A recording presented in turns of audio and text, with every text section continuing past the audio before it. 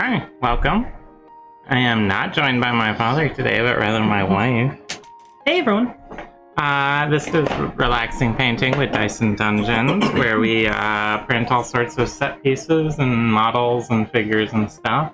Pretty much everything we print on those printers that are going behind me right now. The designs can be found on our website, DysonDungeons.com, under the Attributions tab. And we do all sorts of fun and neat projects. A lot of dungeon tiles as we get ready to try and sell some. So what we're painting today is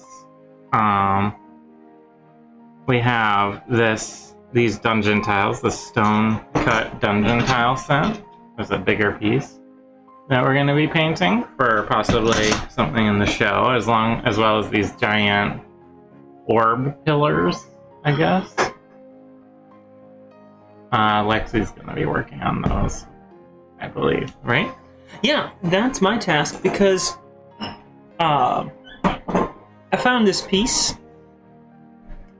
This piece is modified. I have changed its parameters. It's designed to be quite a bit smaller. And originally, the creator of this, who we'll link when we post it on YouTube, they had designed this to be sort of a Lord of the Rings Palantir-inspired object, but changed the parameters around and came up with this. I can't talk about what it's gonna be because it's for an upcoming encounter, which I'm a part of. Yeah, and don't need to hand all of my players all of the info. So, I'm gonna get painting on that, and you're doing those pieces, and then there's a whole bunch more. Yeah, so if I finish all these are also for the battle, apparently. All these curvy corners. Hey everyone, yeah, welcome. I'm gonna be painting all these. It's pretty standard gray. And after that, I have all of those sets that we glued together last time sitting over here, waiting and ready to be painted. So if I get through that, I'll start working away on these. I'm gonna sneak by and grab the colors I'm gonna need. Do we have... Oh, could you hand me the ivory? Yes. Thank you. Alright. Grabbing all of the different parts. I have gray, dark gray, and black wash. That's what I'll need for this. And then I'm gonna need a cup. So, sorry for jumping over you so much, but... You're fine. I'm gonna go get us some water cups. Thank you. Alright, so because I'm doing a large volume here, I'm gonna be starting with my big square brush to get the base coat on all of these large, especially large dungeon set pieces. So, start with the neutral gray. And then I might do some fun colors on some of our other prototype sets. I've been thinking about some possible color combos that might be pretty neat, but this is just getting a whole lot of gray put on it to start. So that is what we will do.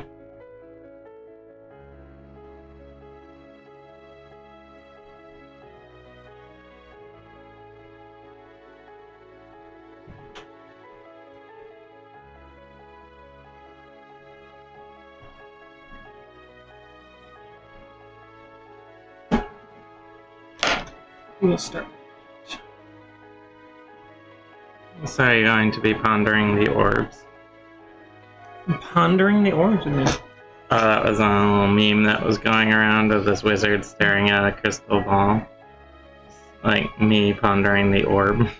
That is a meme I never became familiar with.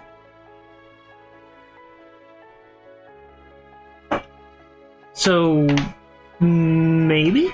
I am going to be staring at orbs a lot.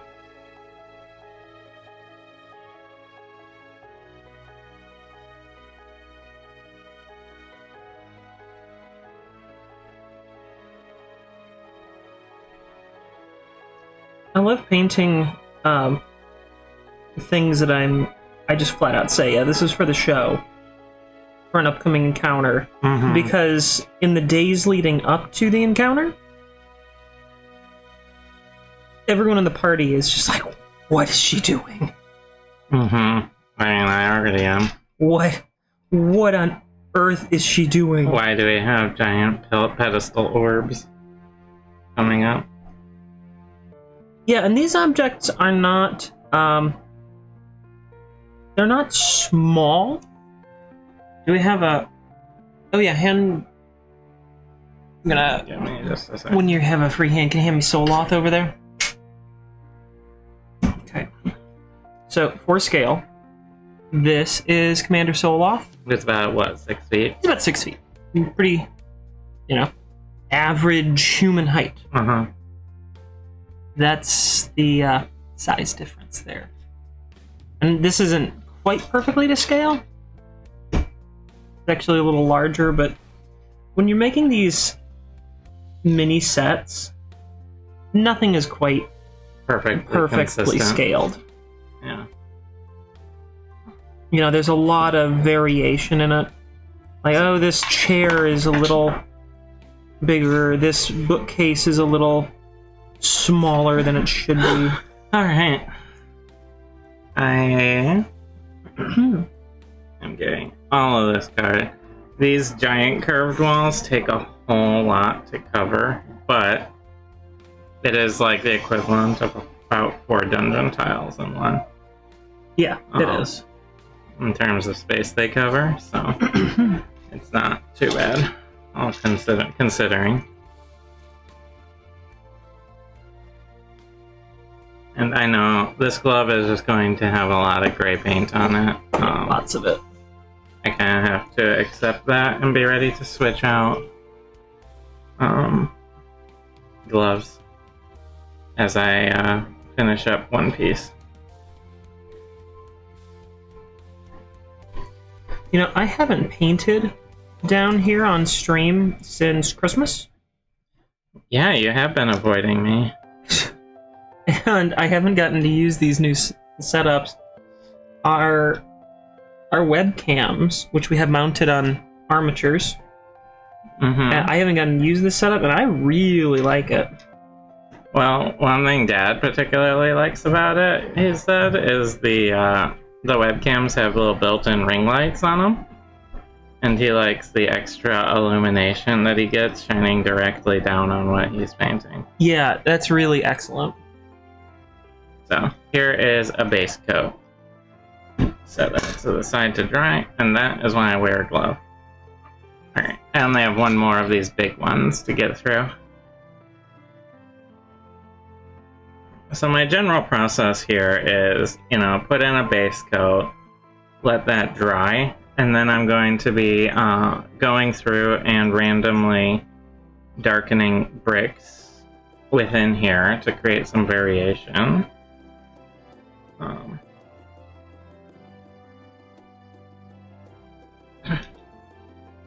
And then there'll be a wash that happens afterwards. In this case, a black wash to just draw out some variation and make things a little darker. And I'm thinking, if we keep doing more and more sets like this, I'll probably want to get a couple large brushes to sort of spread things out, since this one brush has been a bit of a workhorse for doing large base coat volumes like this. Yeah, that's probably a good idea.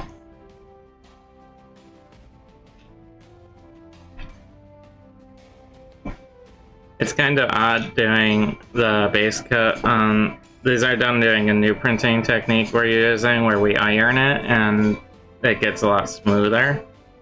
It creates a very different painting surface, actually. So...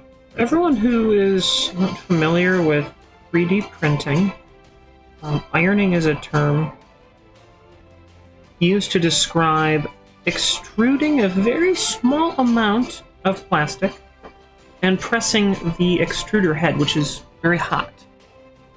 Usually runs between the materials we print in 190 and 200 degrees Celsius, so very hot. And it smooths the plastic out, making a very, very smooth surface there. Which is It's actually quite difficult to achieve. It's a very sensitive thing. Most people, if you're starting out and you want to achieve that, don't jump right into it. You really have to know your materials and your tolerances and densities in your printer and how all of that will behave. It takes a lot of practice to make sure you get those settings right. But if you know your settings and you take the time to learn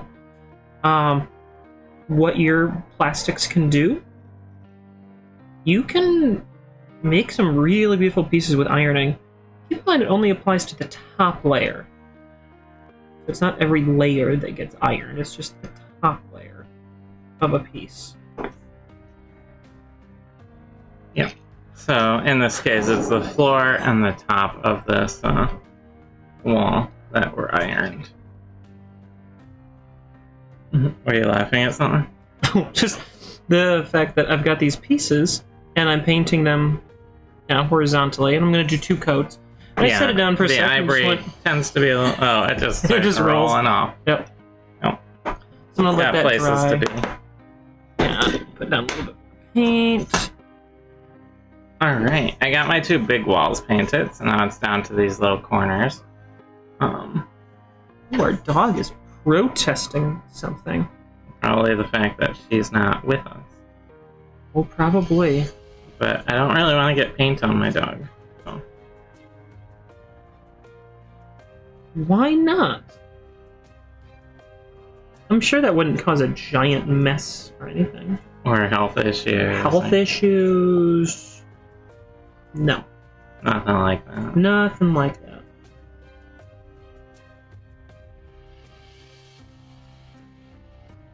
Alright. Here we go.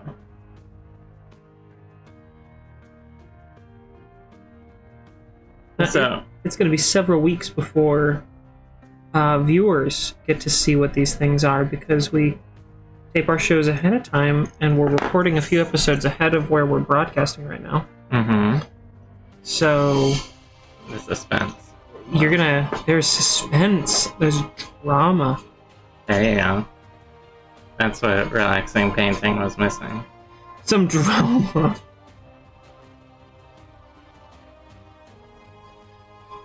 I hope one day that our community can grow large enough where we'll be painting something on stream like this. I'll be putting it together and painting the pieces, and they'll know that we're filming a few episodes ahead, and the whole community will just start freak out and analyzing everything. Try and determine what it is. Exactly. That's your hope? Yeah. I would love for that. That would be fun. I love watching fan communities sort of try and piece theorize and sleuth out what's going on in the story. That's my favorite part of Star Wars fandom. Oh, and there's there's a mysterious figure in the back at the end of this episode. We saw a shape that vaguely looks like something, and we're gonna have 10,000 forum posts and blog posts and write-ups about is Disney doing. That's my favorite part. Just the obscene levels of drama and overanalyzation. Overanalyzation is the best part of TV show fandoms.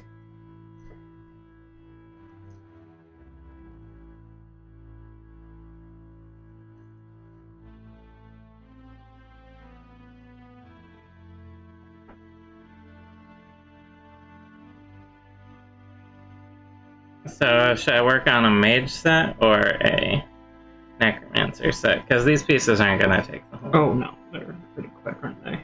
Relatively, yeah.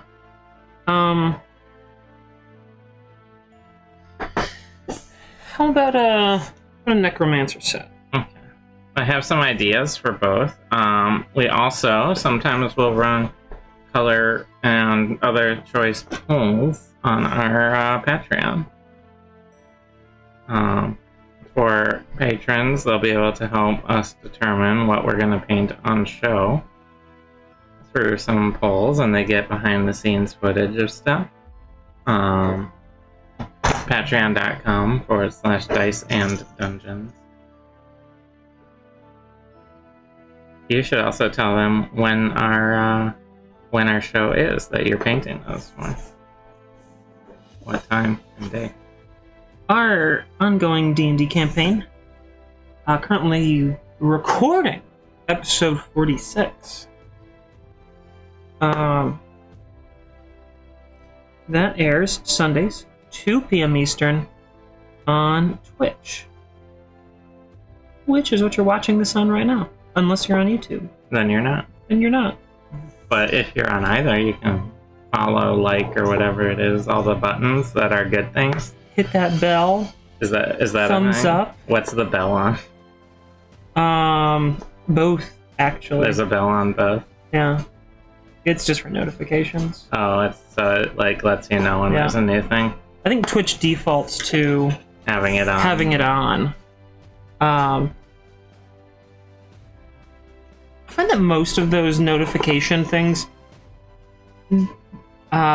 don't work the way people necessarily think they do, because there's also app limitations on your phone that say, hey, this app can only notify you of changes so often. Like once a day or...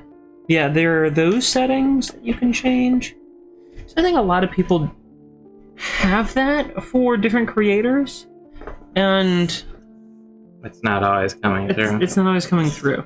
Twitch is pretty good because they seem to default their app settings to notify you as much as they can. So if you want to get notified about when we're live on Twitch, just follow us. If you don't, still follow us. You still follow us. Yeah. And just turn off the notifications, but still follow us.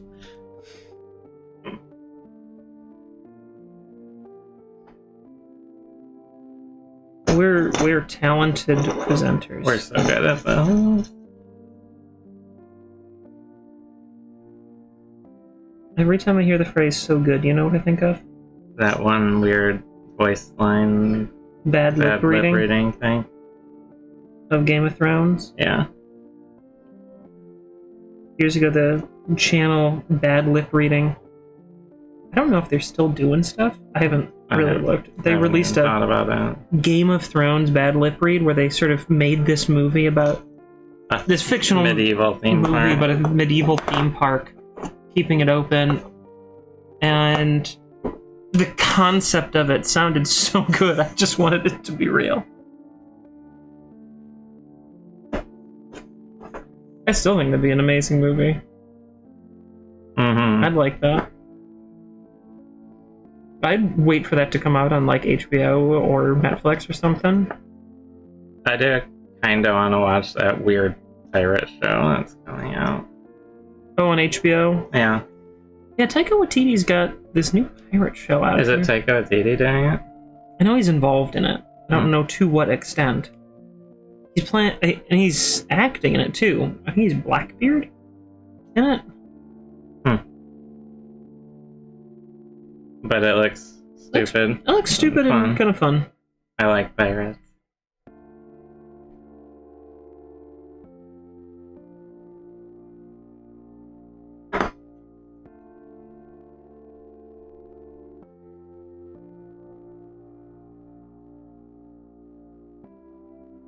And it actually looks to be a little bit more accurate to how pirates really were than a lot of media, just based on the previews. Oh, yeah. Because they weren't all like... At least of that period. Yeah. Obviously, there's been pirates all over forever. Yeah, for all of human history, really. But the sort of Caribbean sort of set, you know, what is that, Victorian? Mostly Edwardian. Because that was, it was King Edward, wasn't it? The third? Probably. Oh no, King George. That was King George III during a lot of those periods. Right. Yeah. Because most of that was, really just before the American Revolution. And that is King George.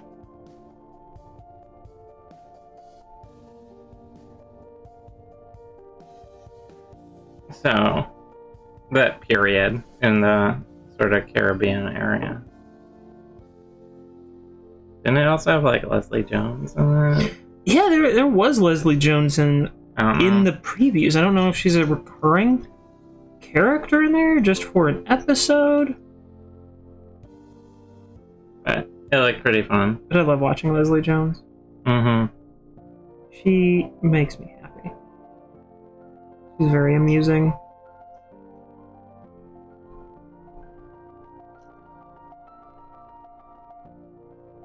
It also had the Portlandia guy in it, I think. Which one? Fred Armisen. Was Fred Armisen in it? Yeah, in the last scene in the trailer, he was sitting in a rowboat with the one guy. Oh, I did not pay attention to that.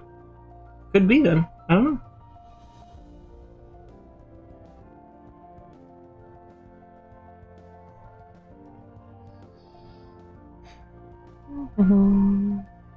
How are your orbs?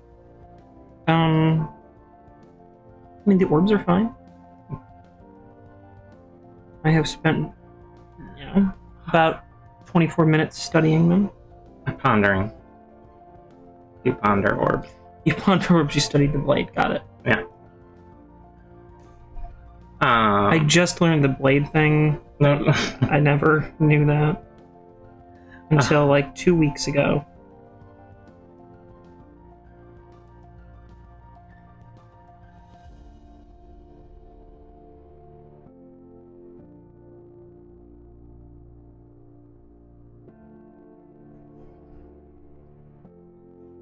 So you told me about what color are you putting, making the orbs themselves.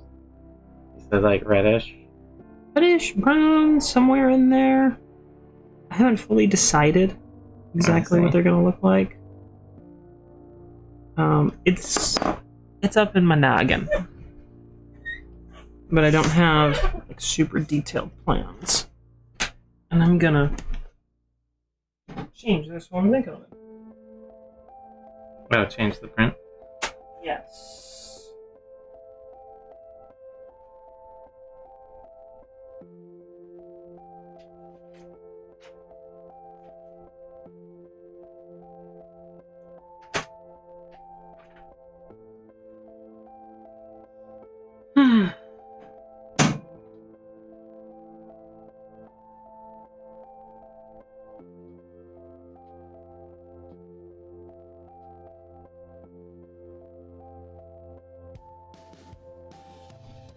Okay, that is all of the pieces base coated.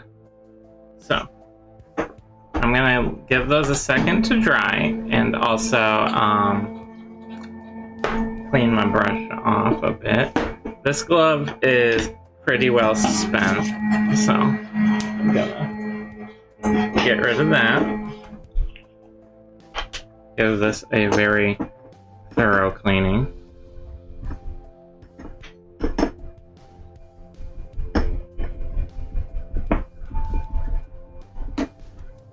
Switching chairs. That stool is way too tall. It is too tall for me.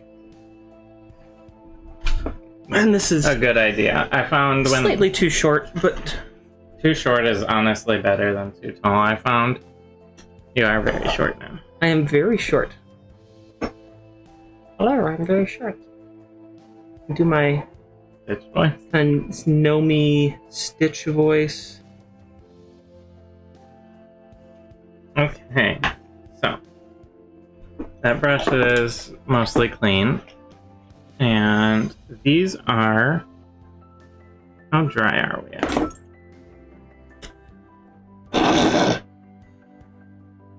Not too bad. There's still a couple wet spots here or there, but it's coming along. So I'm going to start painting. Could you hand me one of those gloves that's next to you? Just one? Mm-hmm. There you are. Usually don't wear one on the hand I'm holding the brush with. Alright, so the next thing I want to do is on the bricks on the wall here. I want to put in darker gray to sort of create some variation. I'm going to be doing this kind of randomly.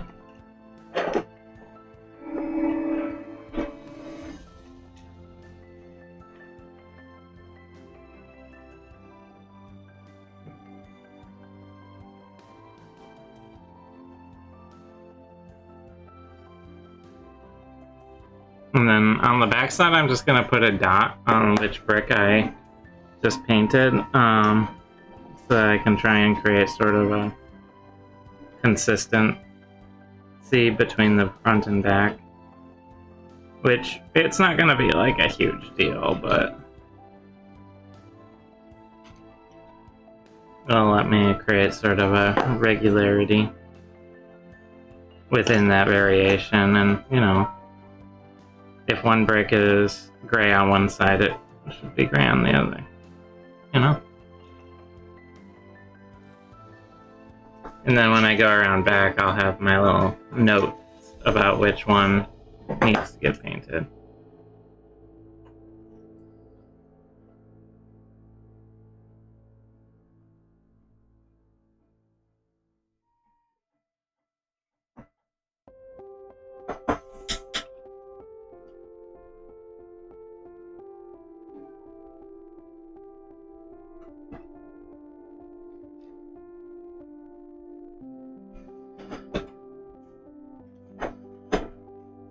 I haven't painted all that much with the ivory, but yeah, you really have to Go fairly thick with go it. fairly thick and double layer that ivory.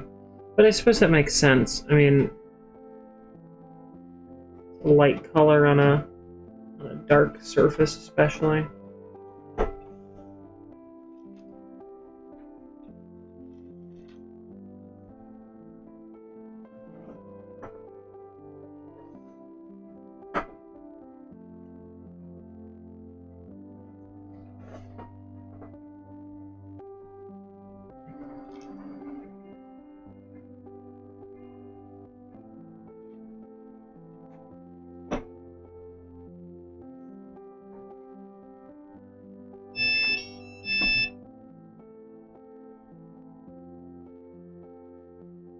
So, they're fairly subtle, but those little dark gray spots will create that subtle variation that your eye sort of expects to see. So now I just have to go around back and get my backside bricks painted.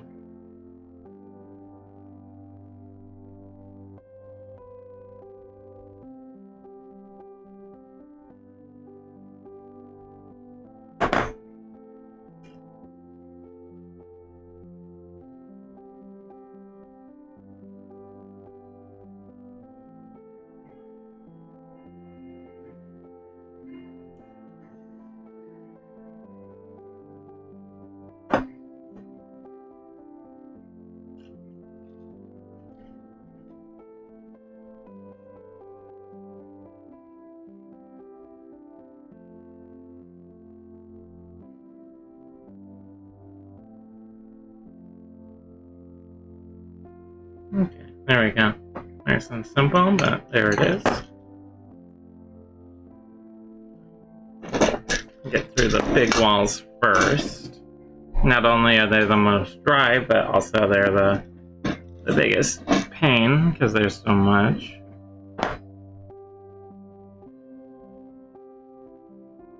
compared to the smaller ones.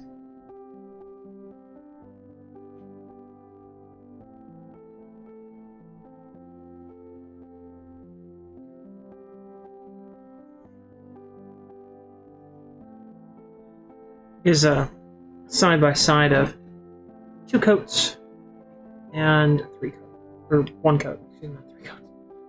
2 coats over here, 1 coat over here. It's a lot more saturated. Definitely needs to. I don't think I'm gonna spend time doing like a third for No, they'll be these fine. pieces. The third won't do all that much. Are you No. planning to keep them pristine like that, or are you gonna wash them? No, there's gonna be, well, there's more touches. These are just the broad strokes of their construction.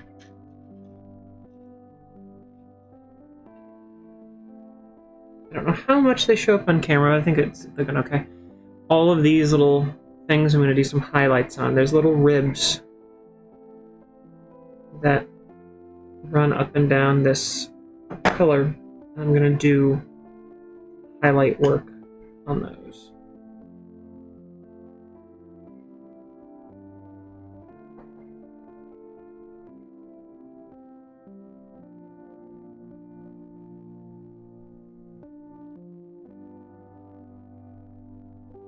Ultimately, I think I'm going for like a little bit of a Tesla coil kind of image.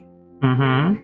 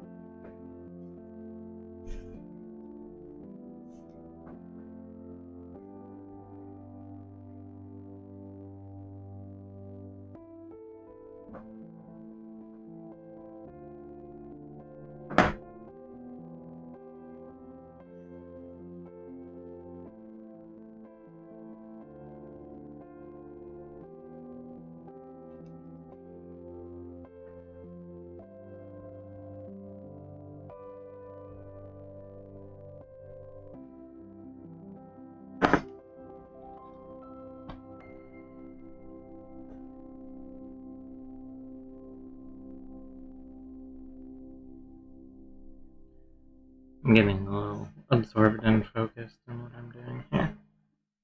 Okay. The point of this channel, the show really, I mean, channel, be relaxing.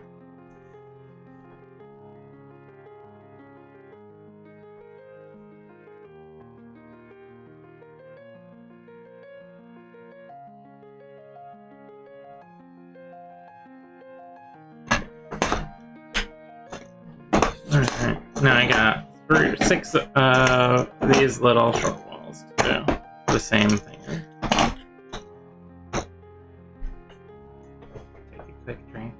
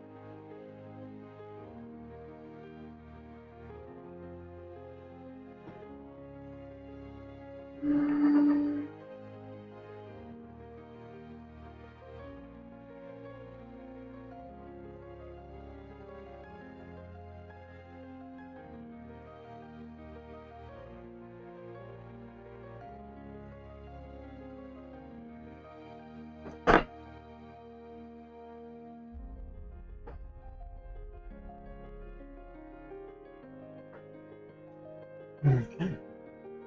There we go.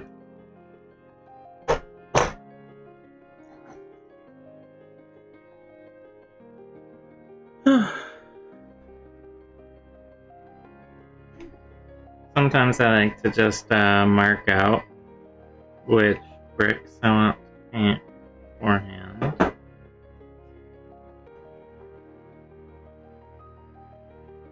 And then I don't have to sort of think about it when I get to the actual painting.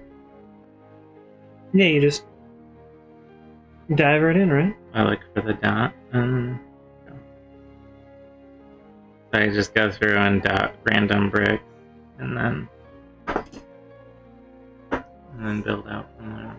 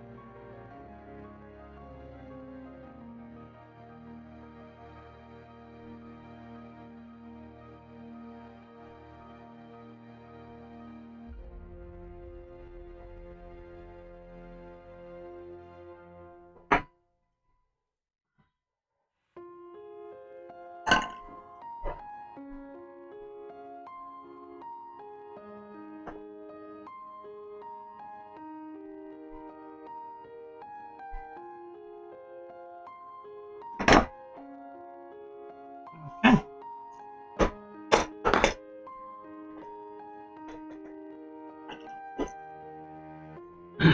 And then once the wash gets on these, it'll be pretty impressive how this goes from being very flat to very not flat. Yeah, Spherical. the washes really help those pieces stand out.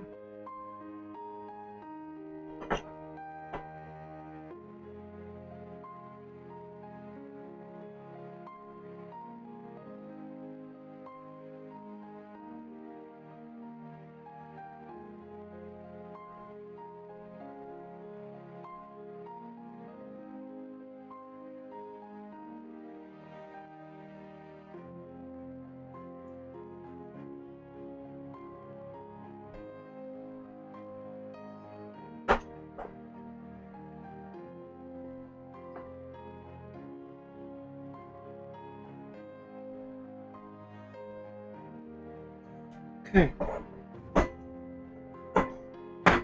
what I'm gonna do... No, I'm gonna leave those. I want to finish this up. Got a little extra ivory, so I'm just gonna paint in a couple of spots that maybe they're a little thinner. Yeah. Because I am done with the ivory, so no sense in wasting it just by not using it. Yeah. Cover up any of the thinner spots, basically.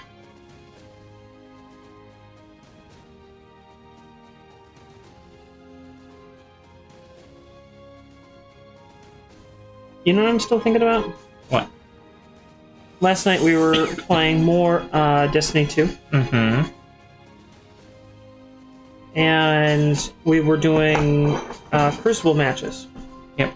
Because they've got Momentum Crucible out right now, so it's fun, fast, the matches are quick. The action's pretty intense. It's a fun game mode in Crucible. And I'm thinking about the name of one of the opponents we were playing with. Which one? Milk-flavored LaCroix. That one really got bothered. Like, why? Why would you think of that? You don't like carbonated milk? You know, I've had carbonated milk. Yeah? I worked, as did you, for a Milk company. local coffee chain. And this is no longer on the menu at these locations. The chain was Bigby. For anyone in the Michigan, Ohio area. I think there were a couple in Illinois. I don't know where they all are now. I think there's a couple in Indiana. But if you're in that area, there's a coffee chain called Bigby. It's fine. Yeah, it's fine. It's, when we were working there, we always got the corporate spiel. And they're all franchised stores, but, corporate quality control and such. We always got the corporate spiel of, oh, we're not Starbucks. Because we don't really think they're our competition. There's that kind of attitude. Mm-hmm. It's like, you're not that good, guys. But they had, on their menu for a long time... I'm gonna rinse this white out really quick. I'll come back and finish my story. You might be able to finish it, though. Will I? Maybe. No, not really.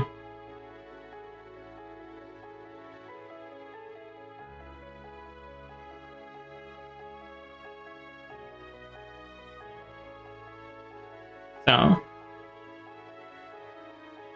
it was a store where they sold coffee. Nowadays, we basically just make all our coffee at home. So, we don't really go out anywhere, ever.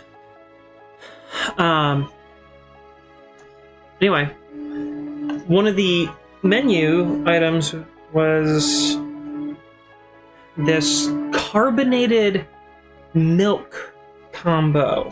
It was sweetened. And... it was over ice, because every store used to have it had,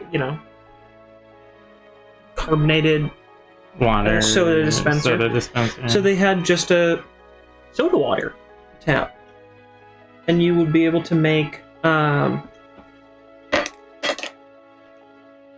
drinks with just soda water. You could lightly flavor it with things. Some people ordered even like flavored pops. I remember one of the popular ones was a Sprite with blackberry. Yeah, flavoring. That was pretty popular. But you can make carbonated milk drinks, and I have kind of tasted that, but milk flavored LaCroix, I'm still trying to process. Well, it implies that it's not. It's not milk and it's milk flavor. Soda water. No. It is LaCroix essence. with milk essence. Milk essence. And I think that's the part that's getting you. That's the part that's really criminal here.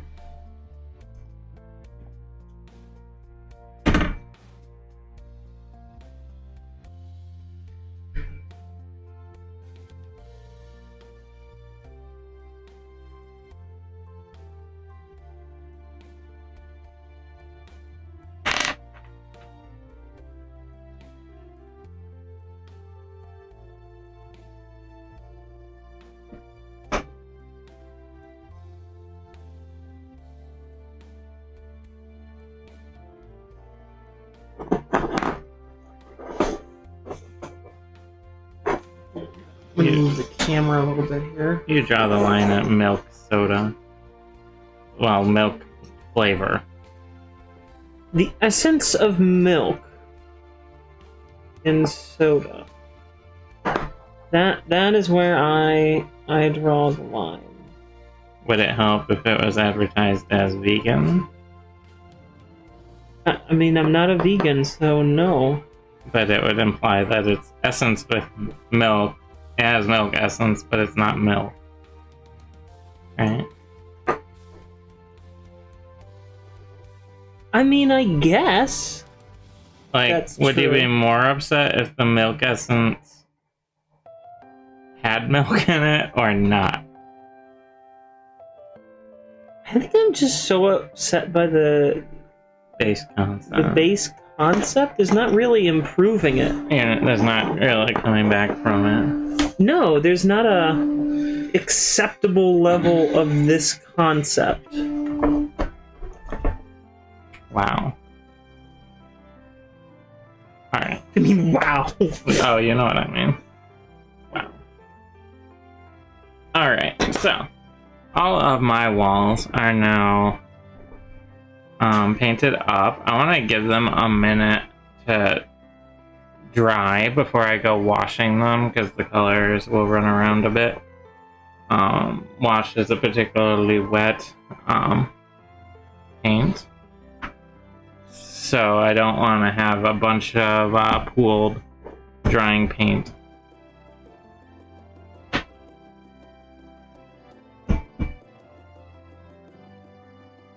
So I'm going to set these here. And I'm going to grab one of the Necromancer Sets.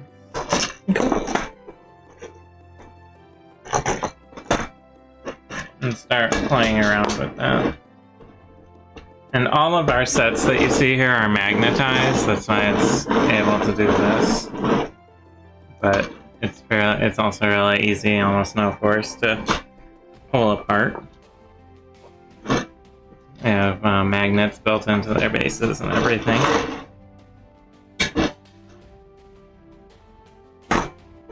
Alright, I need a Necromancer Set. So the Necromancer Set, we painted one before. It's a little bit more of a rough stone.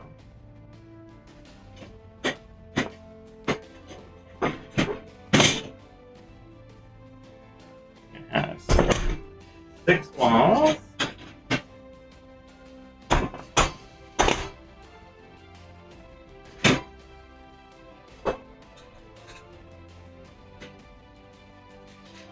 Four corners.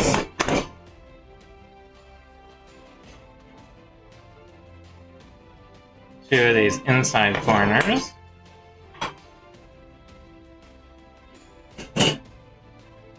A double door.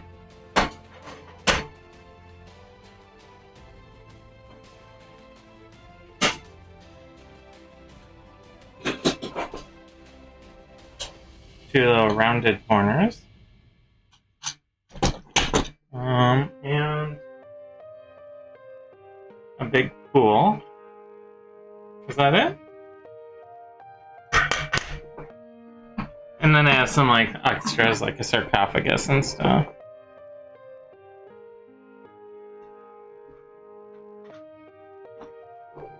I'll slide these pieces over to dry.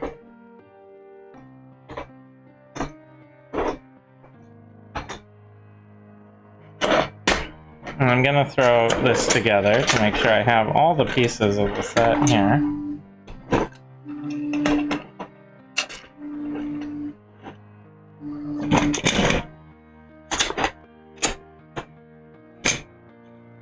I got a little gray paint on one of the pieces, but you know, it's getting painted over.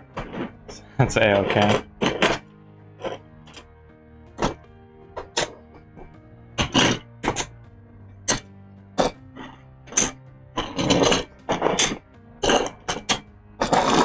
Yeah, that looks like the Necromancer Set in full. Minus like the doors and the sarcophagus and stuff. Right? Yes. That's the crib. Alright. So, when I get to painting this, last time we did a very dark, brooding, almost black color. This one I'm thinking of going more red. But I have some ideas to go with that. Because these are prototype sets, these are not our finished product, these ones. So I can play with the colors a little and do some experiments and see what will really look good. Yeah? I'm allowed to do that? I mean, I think so. Okay. Alright, so first I'm going to disassemble the set, and I'm thinking of doing a blood pool in the center.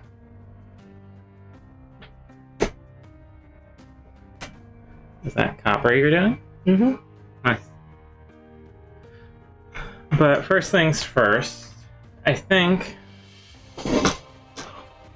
these are dry enough to wash now. So this is where the big transformation happens with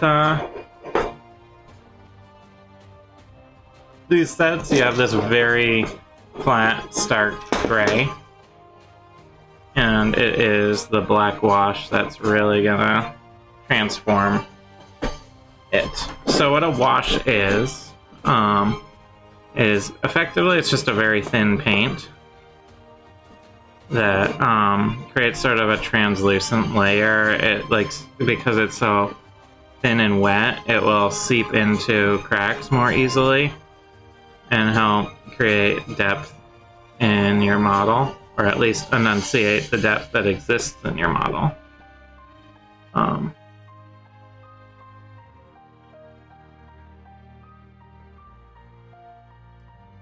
I went a little too far. I'm kind of going a little bit deeper on these lines as I am going along. Mm-hmm. And I'm going a little too far, but this cleanup afterward is for. Yep. So that's a step I'm not really doing on these because they're such a fairly basic style dungeon tile. It's always good to clean up any mistakes you make before doing a wash, because once you put a wash on, now it's in you're gonna have to repaint it territory.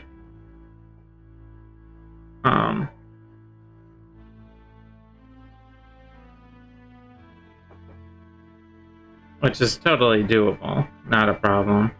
You can see a sort of side by side how much that wash transforms it, and that's not even dry yet. Yeah. Oh yeah, that makes it look amazing. And you can see I'm not applying a ton here. I just need to sort of darken it into this stone color.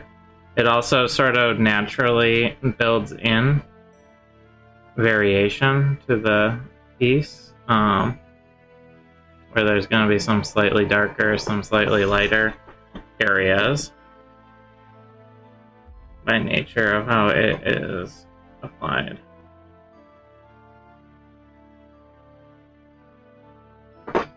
And moves around.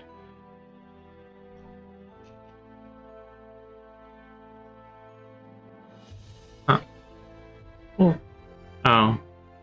We just dropped down to 0 viewers. I think there's a problem with Twitch. In terms, because it says we're streaming still.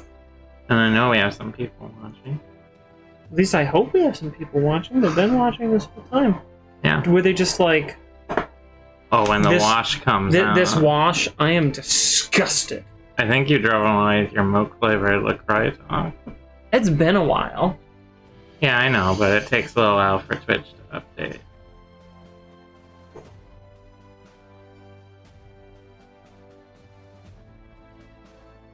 I think there's just an error, honestly. I feel like the Twitch tracker has been particularly off lately. I would concur. I would concur.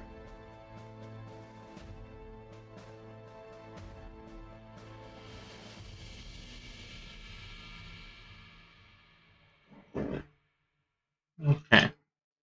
So there's a dungeon piece. It just needs to dry now. Maybe checking. I'm just making sure that our connection is still okay. Yeah, this is a good question. It says it's okay on the computer here, but who knows?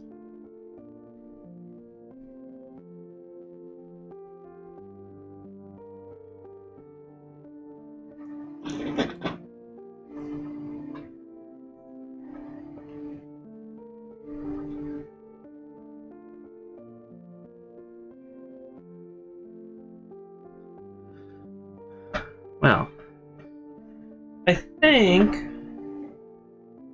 we might have actually had a blip. had a little bit of a blip. I'm not sure. The Twitch stats say we've been going for 1 minute. So we probably had a streaming blip. It shouldn't have affected the recording. So if you're watching on YouTube, nothing's changed. But for our viewers at home watching live, sorry about that. Yeah, not a whole lot we can do about that. No, not right now. I'm getting more and more. Yes. This has gone on. I guess are losing focus. Well, it's the. I keep walking this line of how much do I want the copper to be, you know? Uh-huh. Do I want it to be this much? Do I want it to be that much? I hear you. This chair's just a little too low, so I can never see into my little paint pot that is this plastic cup. So I've just turned it on its side now. Oh yeah, I do that all the time. Unless I'm using a wash, because then it would spill everywhere.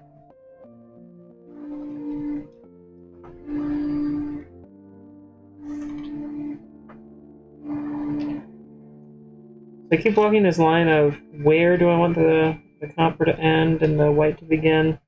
Because there's not A like clear definition. No, it's a slope. So yeah, you're not. Yeah, it's not like a single bar that's like flush against or anything. There's not a. Yeah.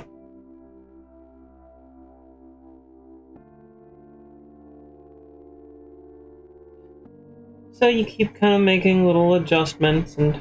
Mm-hmm.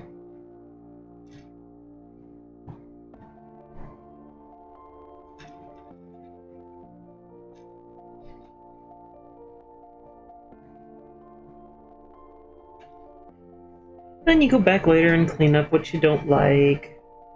Change anything that isn't working.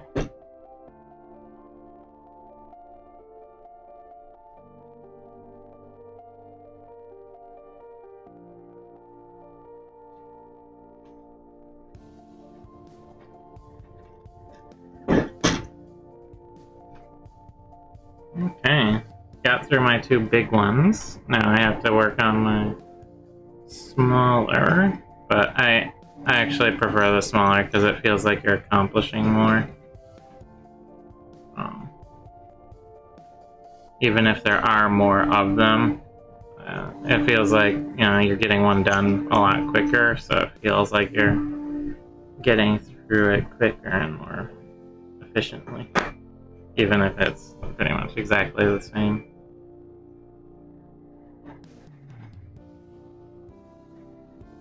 The human brain. Things that make us go, that was more efficient. It's like, that really wasn't. It was maybe at best the same, yeah. But, you know, feeling is important. There was... I remember reading this article, I don't remember how long ago it was, sometime in the last few years, that was talking about how humans don't actually care much about the shortest path, the quickest travel in their navigation. That's not what we focus on. We'll say that's what's important to us. The fastest route, right? Mm-hmm. But what we really want, what we really think is the best, and we'll call the fastest, is just the straightest line. Oh, whatever feels the most direct. Yeah, we just want a straight line. Not the fastest, not the least disruption, just the straightest line. That is what some big study found. And that kind of makes sense to me, because it feels right. Yeah, well, you feel like the straightest line is the fastest way, because, you know, the people are going to say as the crow flies or whatever, right? Yep. For travel. I know some of my detail work here is not really visible, but I'm trying to get the best angle that I can from my brush. You can always move your camera downwards if you feel like it. Yeah, I might be able to adjust that so y'all can see a little bit better.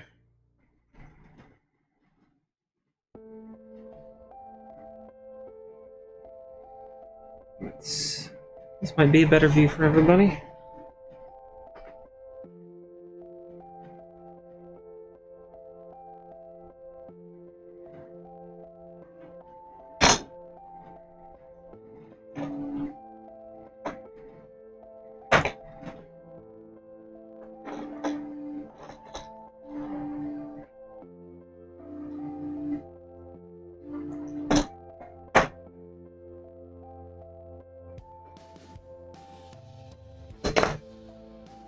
Need a little more black.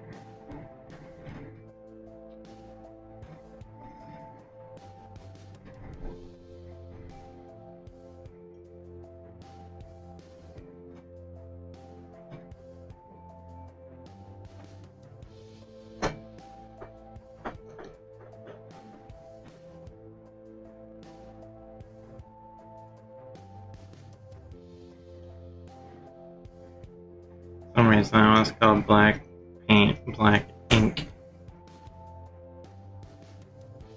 Like I'm writing.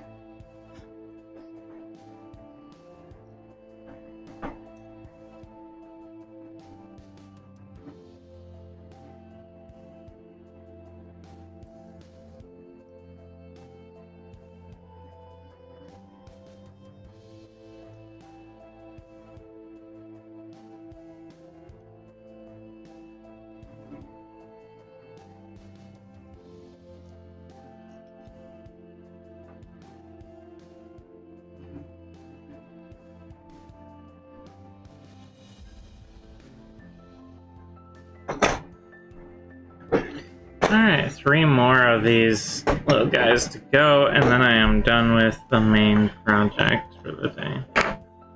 Which is to get all of these sort of ready to go. I'm actually going to start setting them off here to dry.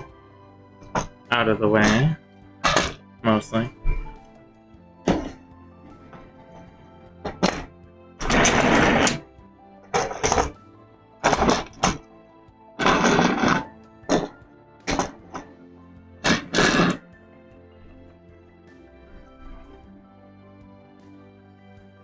Alright, so I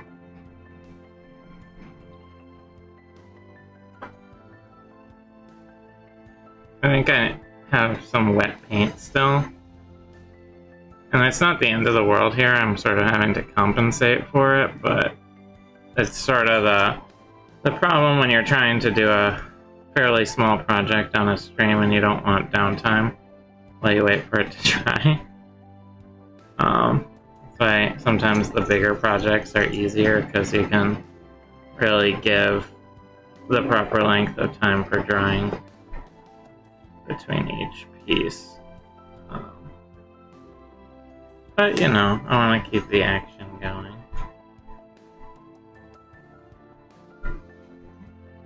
But it is not technically best practices for painting. Yeah? No, not technically, but they look good. I think they look okay. Yeah, they look good. Yeah, no, I'm able to compensate for it and how I'm brushing and everything, but it's not the ideal. No.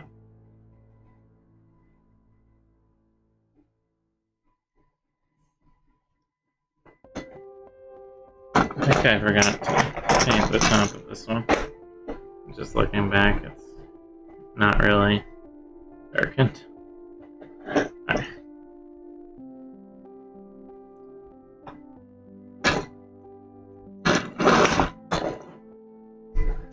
Two more.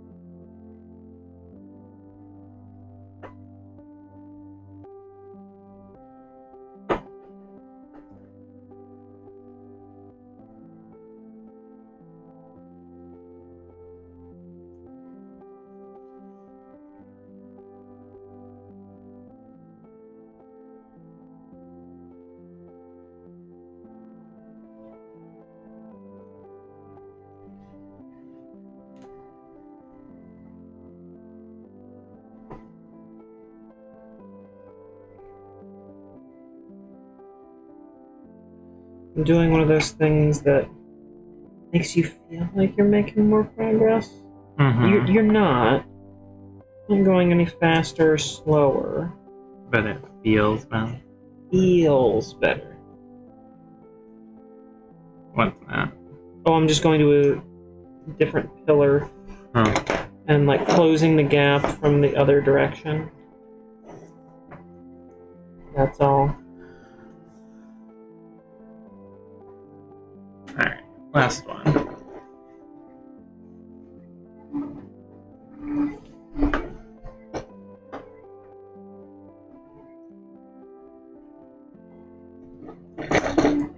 I'm gonna need a little extra black wash to carry me through this.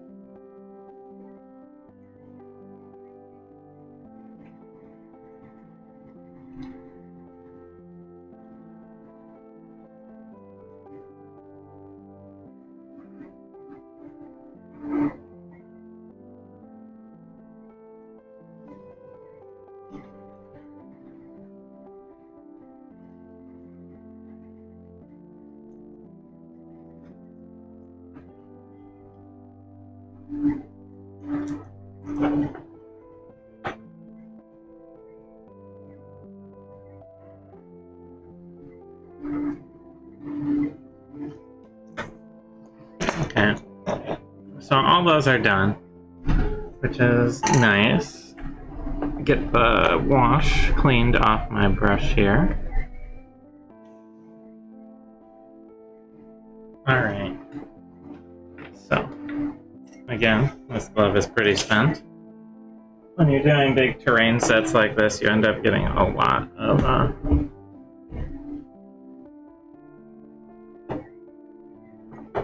goop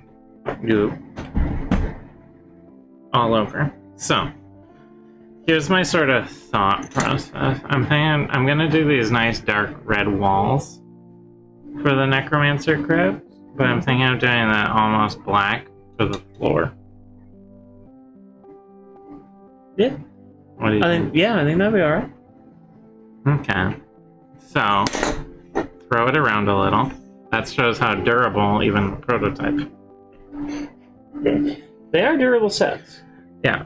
I'm gonna do the red first then, and then hit do the floors after. Do we have another cup over there? Yeah. Thank you. Alright, so for the walls here, I'm gonna be doing this scarlet red, which is gonna come out a little bright, but once it I'm just reaching over you trying to get a glove. It's okay. There we go. I got two. The scarlet red comes out fairly bright, but once it gets a wash on it, it gets this nice dark murky look to it that I am looking for.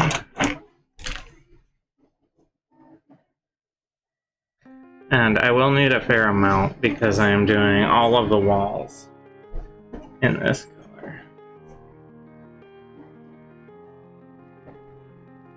So, since this is the first pass, I'm going to be doing the floors later, so I can approach the floors in a more sloppy manner. I don't have to worry too much about getting a splotch on them, which will be nice.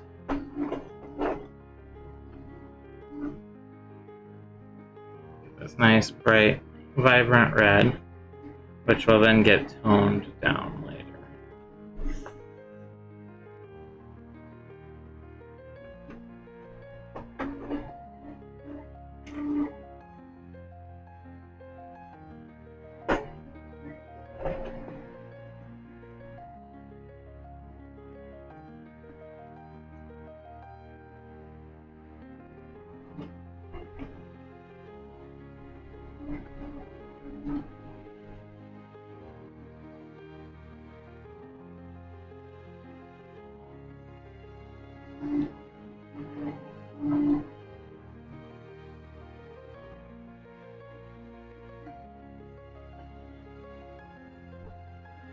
So this is going to be sort of like the blood necromancer as opposed to the ooze necromancer that we've done previously. A lot more bloodiness going on here.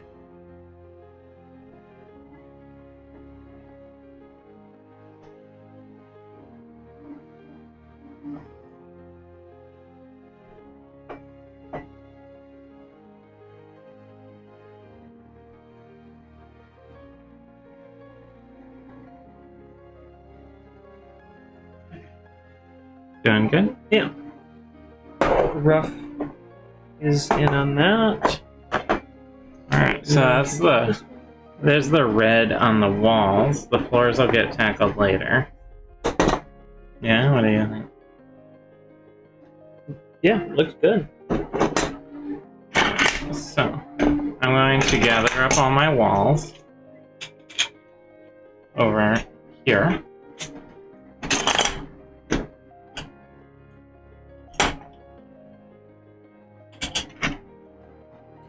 So they're out of the way of my drying pieces.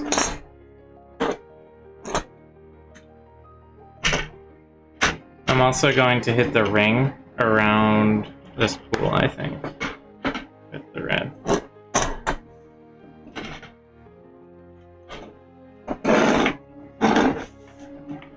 Alright. Just drop everything. Make a small mess for myself. I mean, that's what I try to do. Yeah. Drop everything and make a small mess for myself. That's life. That pretty much describes life. Yeah.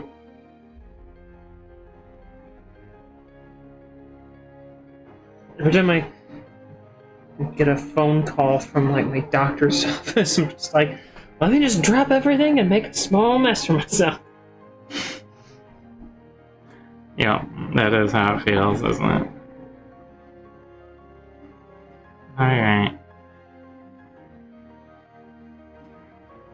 So I'm tackling the corners first here, because they have the most wall to cover. I like to paint downhill.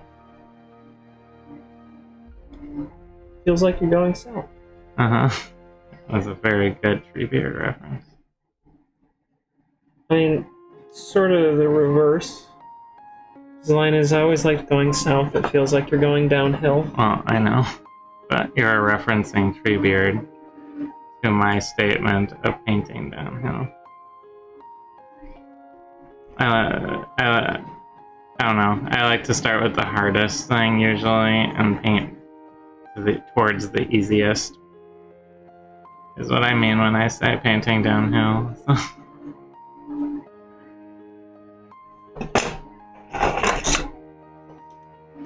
So you can see quickly how much even just a little bit of drying changes. Are you stretching your back? Stretching my arm. Yeah.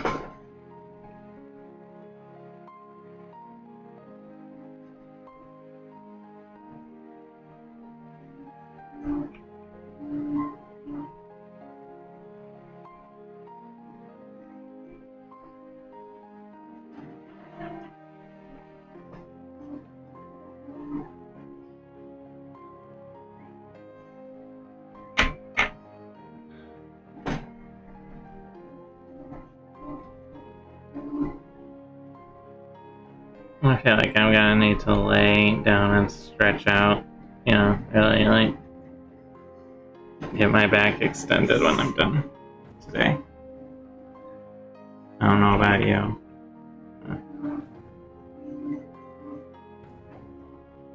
I spent all morning doing airbrushing, so I've been a little too hunched over today.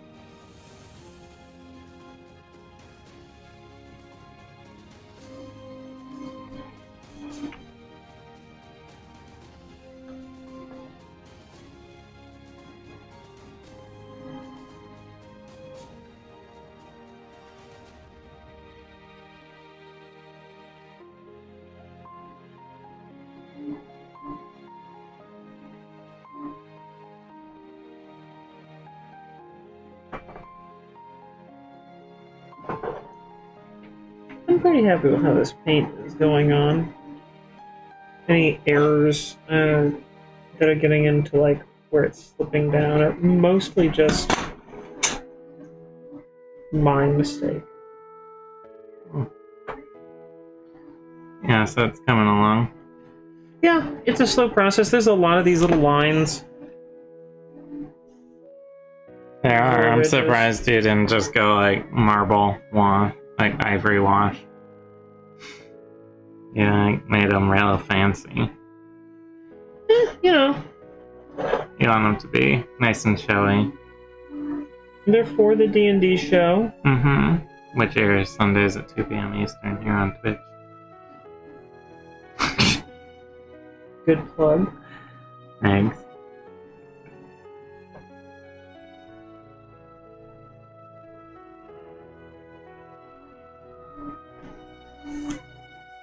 So I'm trying to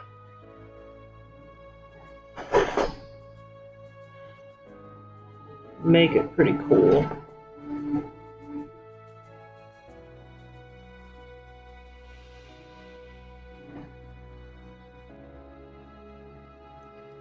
Well, you know me. I like the detail things.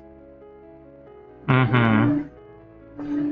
I like painting the detailed stuff. Like that bookcase I did a few months back. Oh yeah, that one turned out great.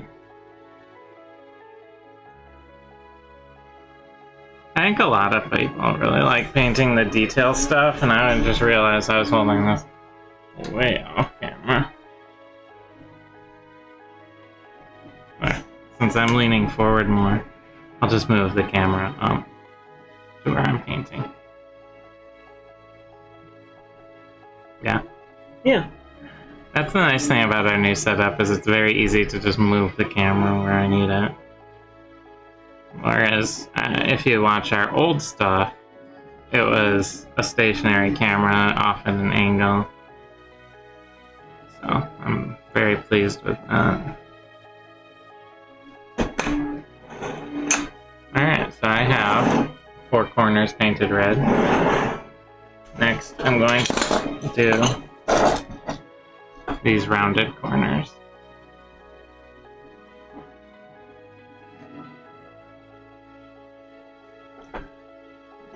Very creepy necromancer crypt lair. I don't know. Crypt, I guess. There's like, if there's, you know, a sarcophagus in it.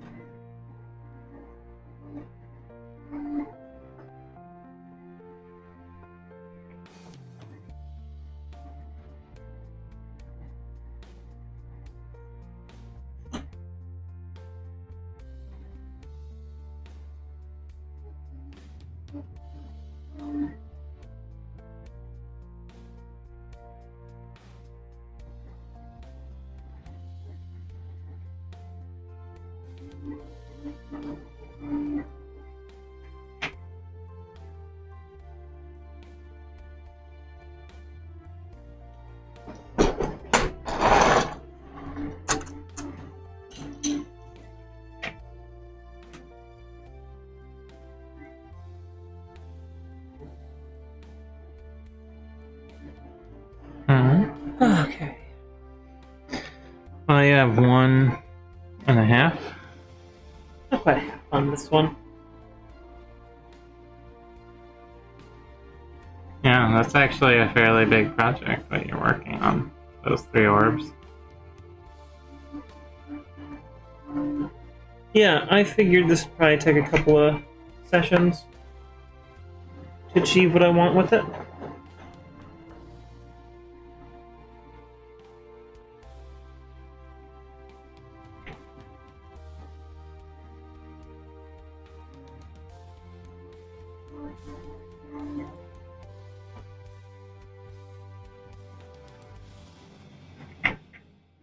Alright.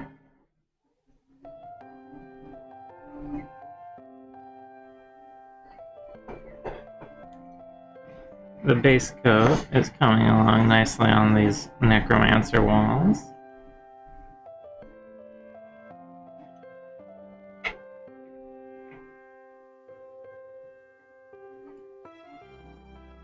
But yeah, I think a lot of people like doing the sort of detail work like you're doing.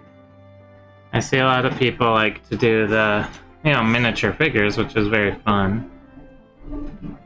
Being, for sure. But, I don't know, you don't see quite as much terrain work relatively to the miniature figure high detail stuff. And it's not that there isn't a fair amount of detail work that goes into a lot of terrain pieces, but I guess they're maybe just not quite as exciting. Yeah, I was thinking about why that might be. That people like the character painting more than the terrain painting. And I think it's telling the story. I suppose that's true, but you can also tell a story with a terrain piece. Oh, I know you can. But with those little details, you can tell the story of your character, your goblin you're painting, your orc warrior that you're painting, your Aasimar necromancer that you're painting.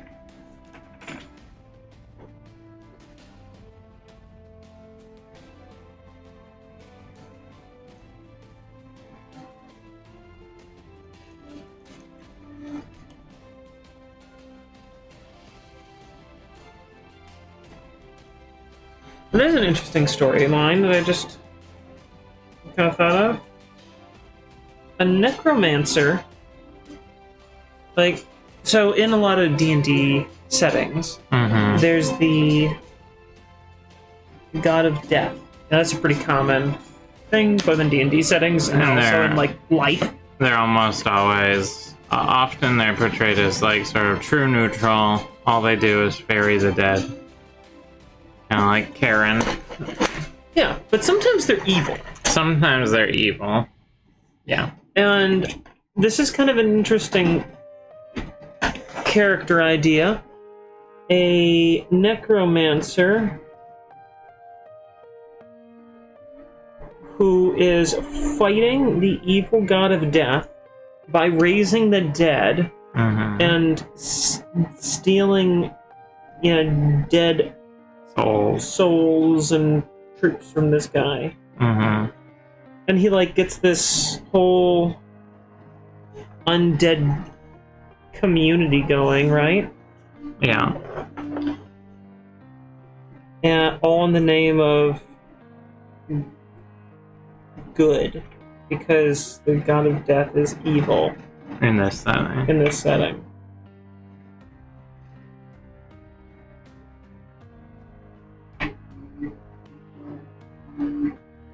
I know that most settings, the god of death these days seems to be more true neutral. Like like either they judge you for your actions in life in a sort of impartial way, or their job is just to ferry souls to the like wherever they're going, and they don't even bother judging. That's often where a lot of things go nowadays.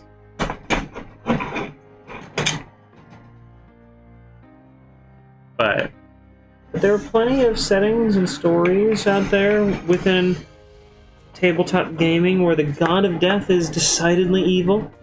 I think there's sort of a philosophy difference where it's like one, like the true neutral, it's like the implication is death is part of the natural order and like it happens eventually and it, you know, there's a process. Whereas where the god of death is evil, it feels more like the philosophy is like death is something that is like forced upon the living, and it's like inherently aggressive, and it's something to be avoided at all costs and stuff, you know? Yeah, it's sort of like the idea that living is a game and death is losing it. Yeah, you have to avoid as much as possible. I think that's like sort of the dueling philosophy between those two, if you like dig a little deeper into it.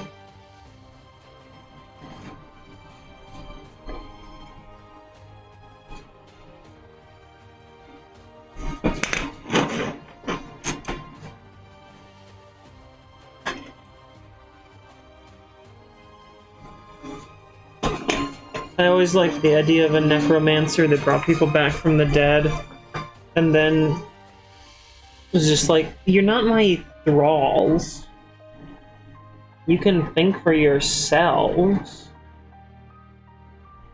Mm-hmm. Okay, so they're making like revenants, where they're like sentient undead.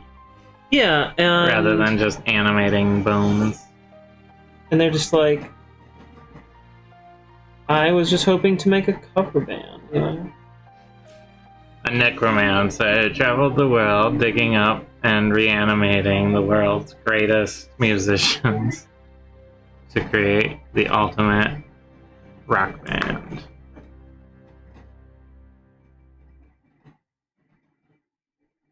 Yeah.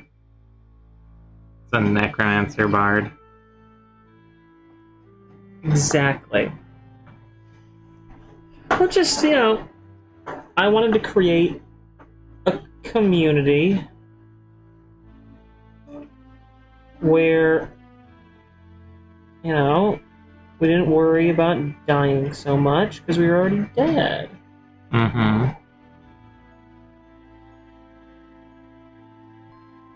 There's all these reanimated people, like making homes, going camping, Starring in dramas on TV. Right. Exactly.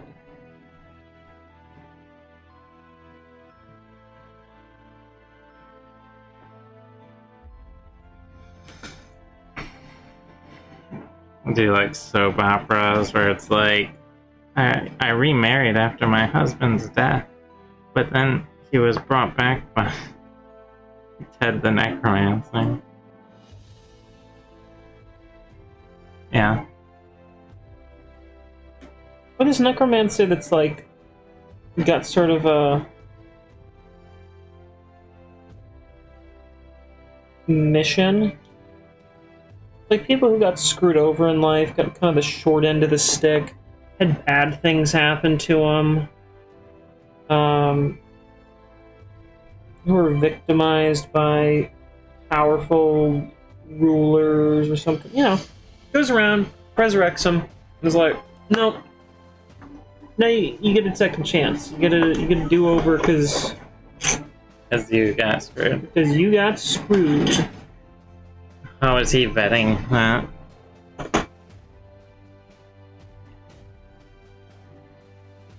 Magic. Oh.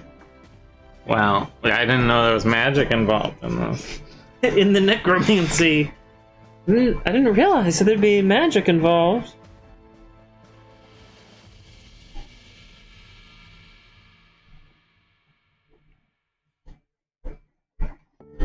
Whoa, whoa, whoa, whoa, whoa, whoa, whoa, whoa. You didn't tell me there'd be magic involved in the magic. Exactly.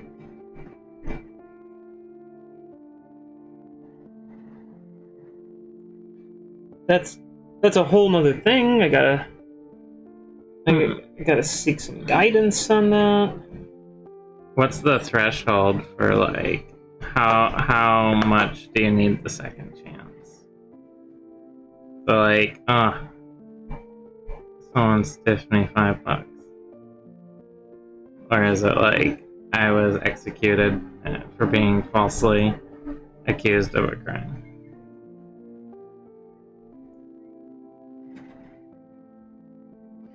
I mean, maybe it's just really strong feelings. Mm.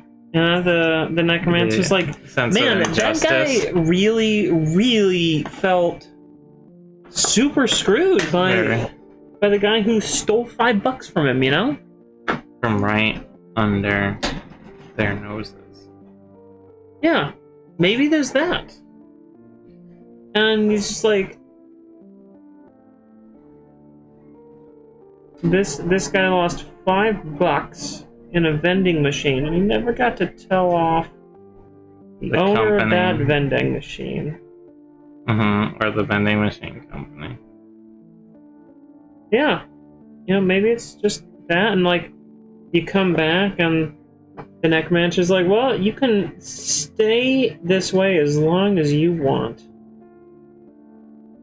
And someone is like, I just wanted to tell off Chuck at the hotel. At the hotel that I lost $5. And it's like, well, you got to do that. Yep, I'm good now. So he's just gonna be spent all his time reviving Karens. I need to complain to the manager. Because I don't know if anyone else feels more slighted than that. I think you're right. I think this is a horrible mistake. I think you made a horror story.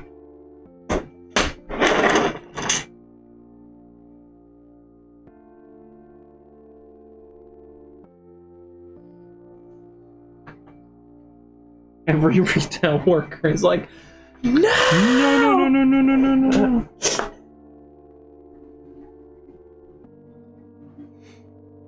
That's why I think you might need to draw a line. This idea, it's kind of like the world of Pokemon. Don't think about it. Like, on the surface, sounds like, oh wow, like a necromancer who's trying to use their powers to help people, give people a second chance, and then the moment that you start to analyze, it's terrible. And if you've never thought too hard about Pokemon, I want you to think for just a minute with me about this world with all of these adorable, amazing critters with like magical powers. They have the innate ability to shrink themselves. They are living PIM particles. Okay? And they, for some reason, like to help and hang out with us humans as long as we don't treat them like trash and they won't run away. That's the deal. The deal. And at the age of 13, in Pokemon world culture, you leave home You fuck off into the wilderness at 13 with nothing but a bunch of cute little things to help you out. Go around the world battling other trainers and exchanging money. You make money by... Your livelihood is based on... Your livelihood fights. is essentially just cockfighting. Mm-hmm. But it's like sanctioned. Like there's big arenas and stuff, right? That's what happens if you think about the world of Pokemon too much. Mm-hmm. Oh god. Like, why are these children needing money? And why can't you, like, buy real things with the money you get? You can only use it to buy... We can buy, like, lemonade. Yeah, but you can't, like, buy a house with it. That we know of.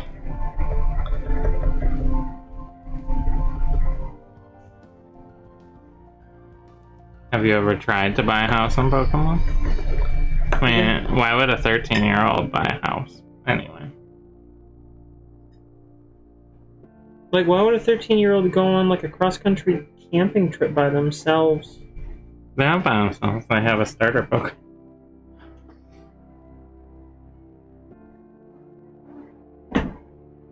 It is 13, right? That's the... I think in the first one it was 13. Nowadays it's like 16 or something. Did they realize that maybe that's a little young? Probably. Nowadays I think it's canonically like about 16 or so that the characters are aged. Yeah, think about how, like, screwed up you are as a teenager. Just in general. You're raging with hormones. Uh-huh. You're supposed to be, like, in school learning things, right? Yeah. But in this world, it's just like, nah. Go out and take your pets and have them fight. Yeah.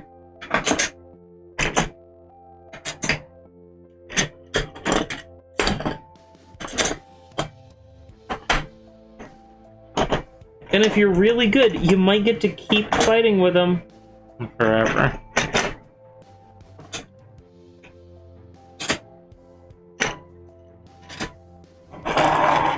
And in Pokemon, if you lose, it used to be, I know it's not that way anymore, but you, like, pass out. Mm-hmm. I know in the current Arceus, you like, pass out because you're actually, like, you're fighting Pokemon. Yeah. It's a little different because it's in a different time. Yeah. But, man,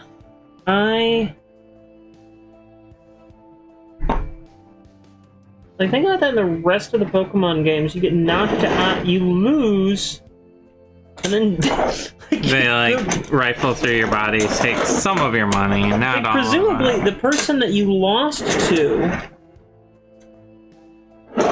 knocks you out, Take some of your money, takes your money, drags you to a Pokemon Center to heal up your pets. Not you. You just wake up on the floor. you wake up like a severely hungover town drunk outside the Pokemon Center. Yeah, it is outside, isn't it? Yeah, they don't even bring you inside. They're just like, dump her here! Dump her here, that's the humane thing to do.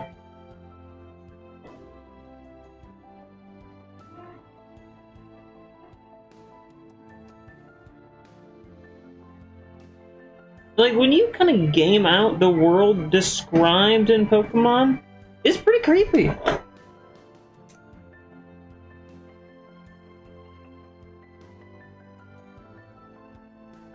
So what I'm doing is I'm putting in this field blue along the edge between the wall, because that's what the floor color will start as a base. And I want to more clearly define that line before I paint with a larger brush.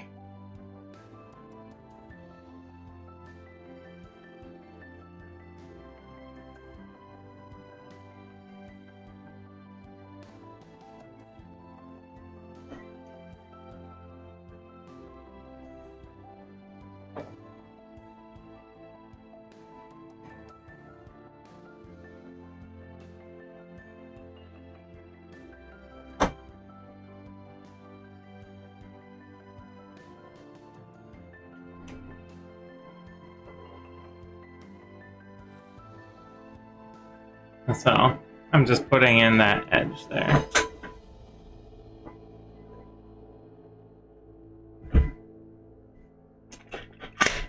Because I want the walls still have a little bit to go on drying before I can go further with them. But I can start to get some of this laid in.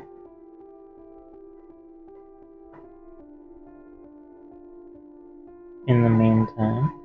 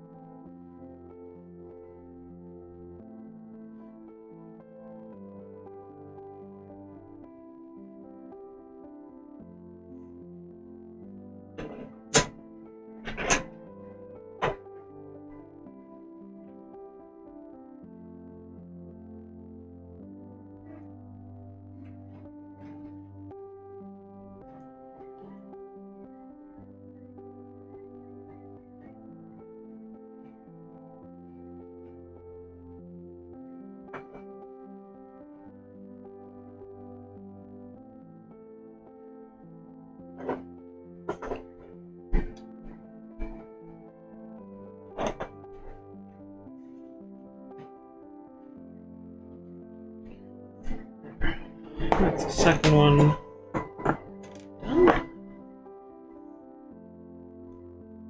Get some of the dried paint out of the brush. It's starting to get a little gloopy at the end.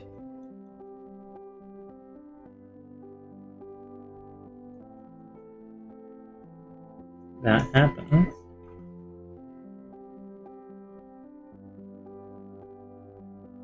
But it's really standing out. No, they are. And you Yeah. still have the tops to do, too. Here's an unpainted one. Here's a painted one. Yeah, it's looking really good. Yeah. And this is before any sort of cleanup. I'm definitely going to do cleanup. Really define the lines well. Make them nice and crisp.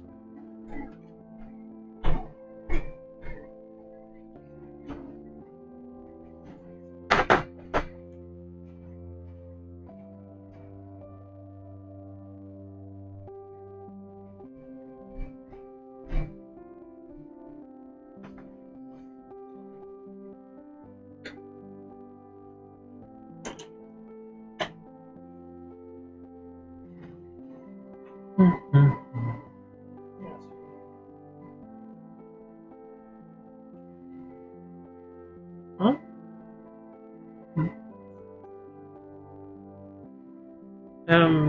Did our stream drop? The stream drop, we're live right now. It's- according to our screen. According to our screen, we're live right now, but we might be having connection issues. We are almost done, though. It's 4:50 almost.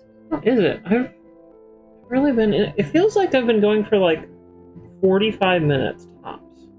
More like an hour 45.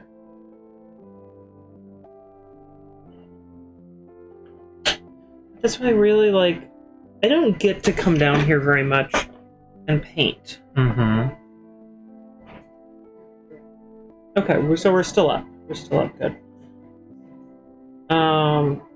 Just checking some technical issues, but apparently we're okay.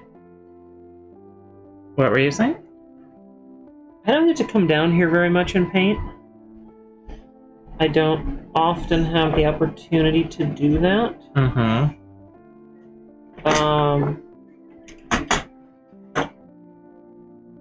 Really like getting down here and diving into some very finite, gentle brush stroke kind of things in a piece. Yeah. I love that. HDA driver, yeah. I'm working on another Necromancer set right now, another prototype. I'm doing blood walls with a dark floor.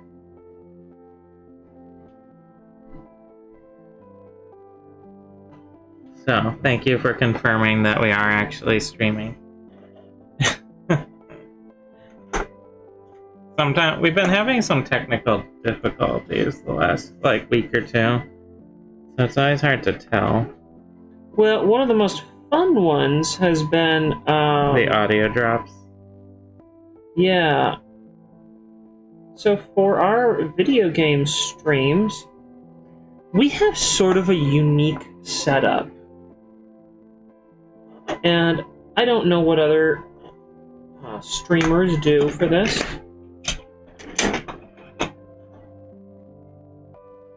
But we have a black magic switcher. So that we can have both our games. Because we use our laptops to play. I use a black magic switcher to go between your PC and my PC there. And that particular device has been having sound drop issues within the current OBS build. And I don't know exactly what it's related to. But it sure is fun. But it sure is a lot of fun. I definitely wasn't doing it before. And yes, in case anyone is wondering, you can roll it back. You can do an update rollback, except OBS just announced that any users still using their older version are no longer going to be able to auto-connect to Twitch. You'll have to use a stream key, which means you won't get all the information on OBS channels. So for some reason, they broke it, and now they're going, you have to use it. And I try to give OBS slack. It is a free FREE, free 99, a free program, supported by patrons. It's completely open source.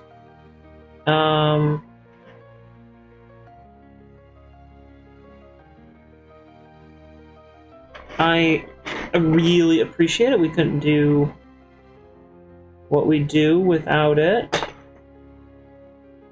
But there's an issue in the current build. At least with some element of our computer. Mm-hmm.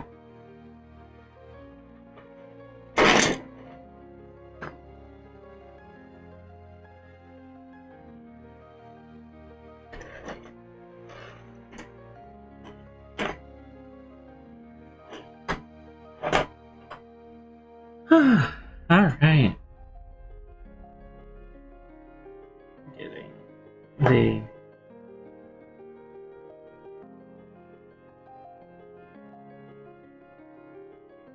floors sort of ready for a larger painting.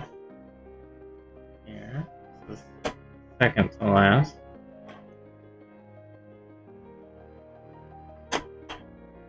And like I said, all this is letting me do is be able to use a larger brush without worrying quite as much when I go and do the floors.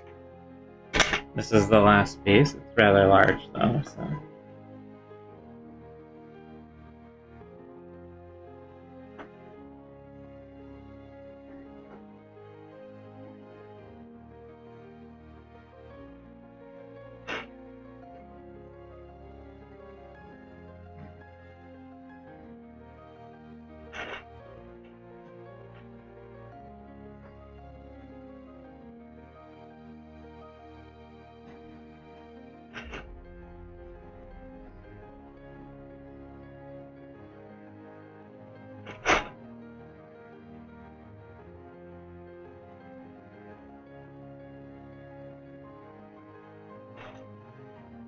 Get all of this edge in.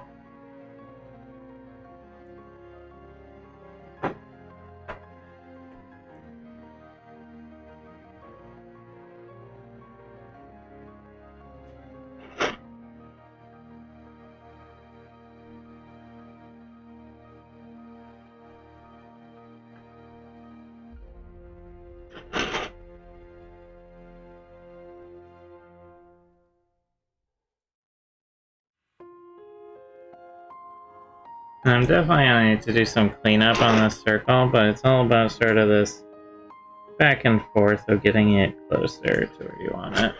So.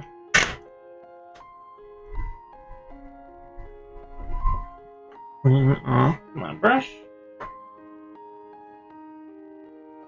And then I'm going to grab my big brush because I need to get the rest of the floor. So working out from where I painted away from the red wall.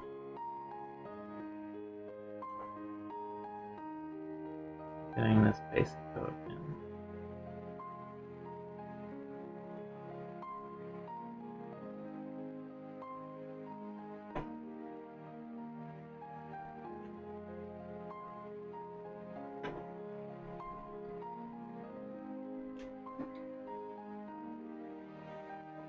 So, this is giving you a little bit of an idea of where it is heading. What do you think? That's pretty cool. I like that.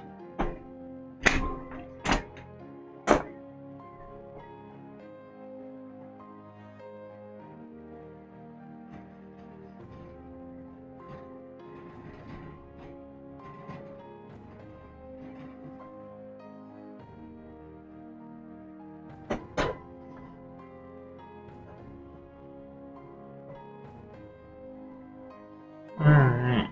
There we go. So this, well, I'll get a black wash after it gets cleaned up. But my goal today is just going to be to get all of these pieces base coated, which is getting the floor on all of these. And I know I only have about 4 or 5 minutes, but I might just go a little extra in order to get it done. Yeah? Oh yeah, mine's gonna take longer than 4 or 5 minutes.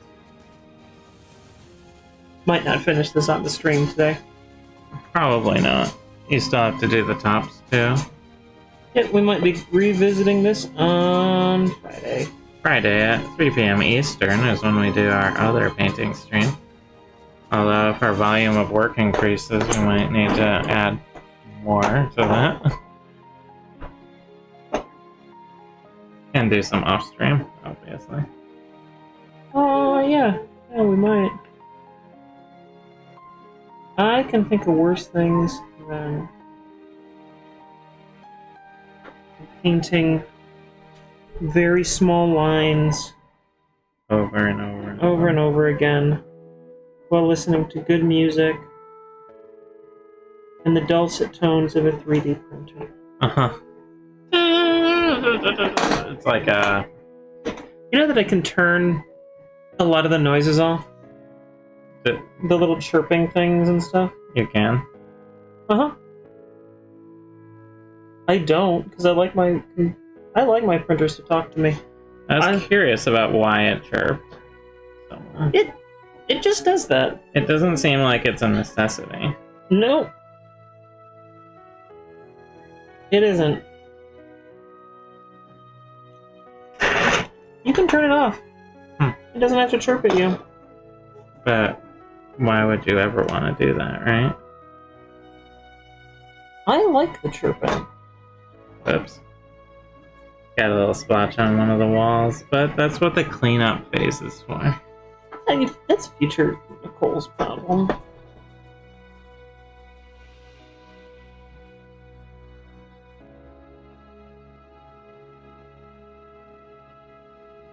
There's a lot in painting delicate lines in these minis and just getting that line right where it's just like, That's future Nicole's problem, which isn't me. You're putting your problems on me? I mean, future Nicole and future Alexis. Just, you know, someone in the future who is not you right now. Mm-hmm. Makes sense.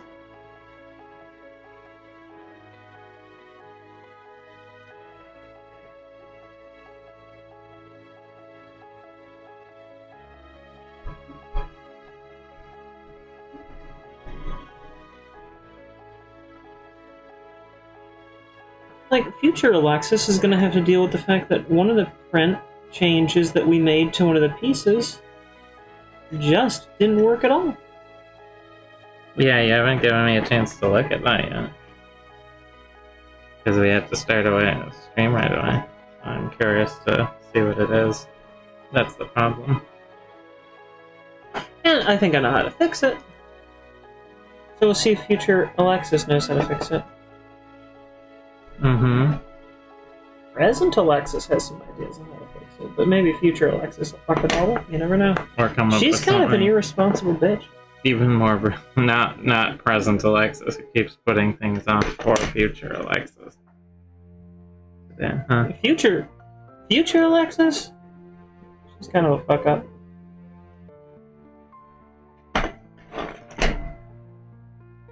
Present Alexis, she's... Present. I'm present.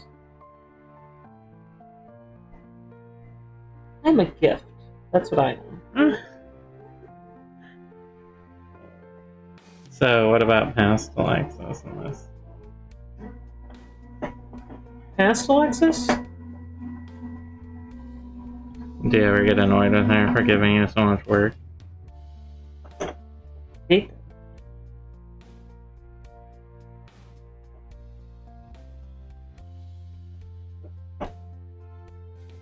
Past Alexis made all these dumb decisions I'm constantly having to deal with.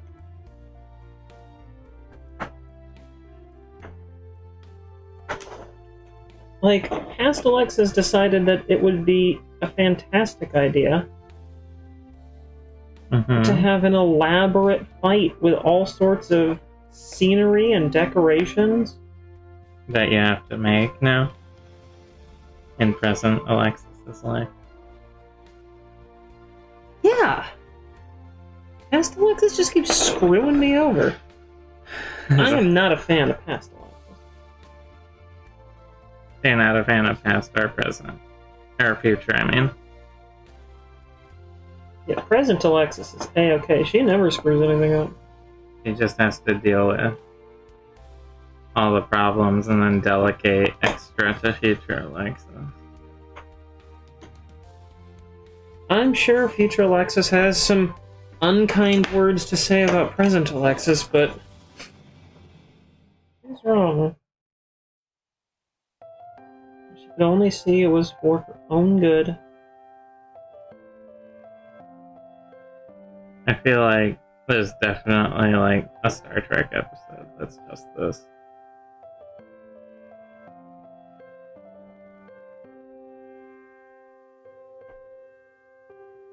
Oh, probably. Probably like some Voyager thing. Right.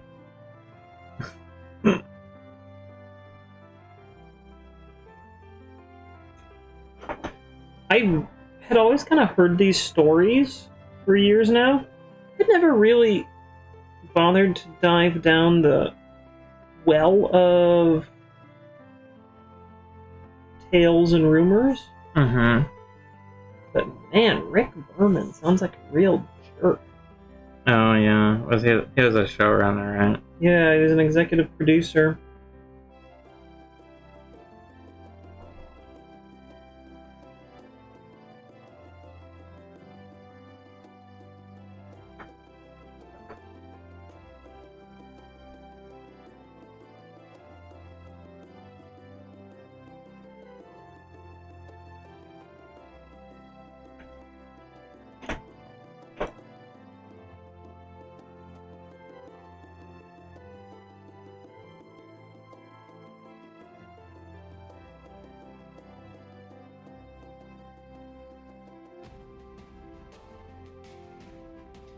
piece behind me finished.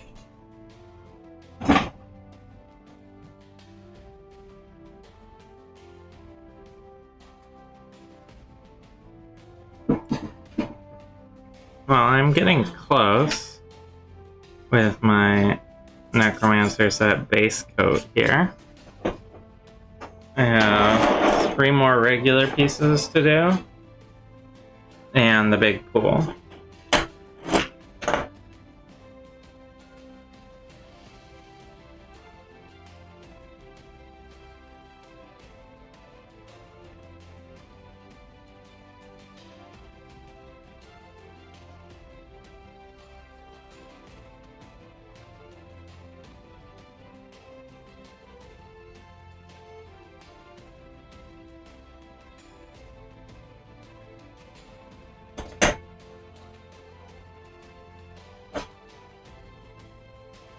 And I know they look a little funny now because they're so bright red and flat and everything, but once they get washed, I mean, you can see how much the wash changes, like, the style.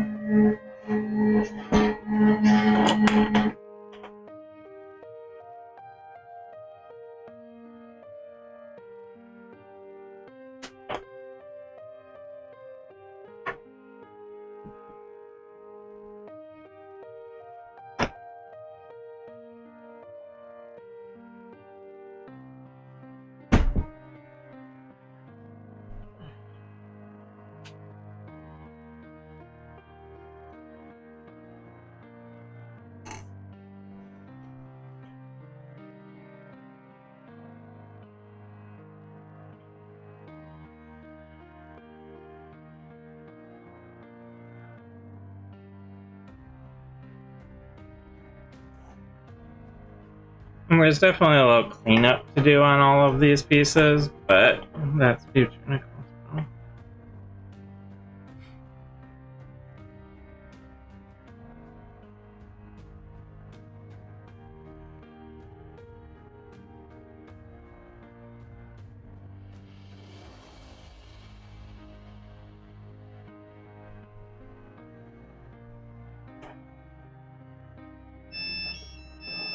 Do, do, do, do.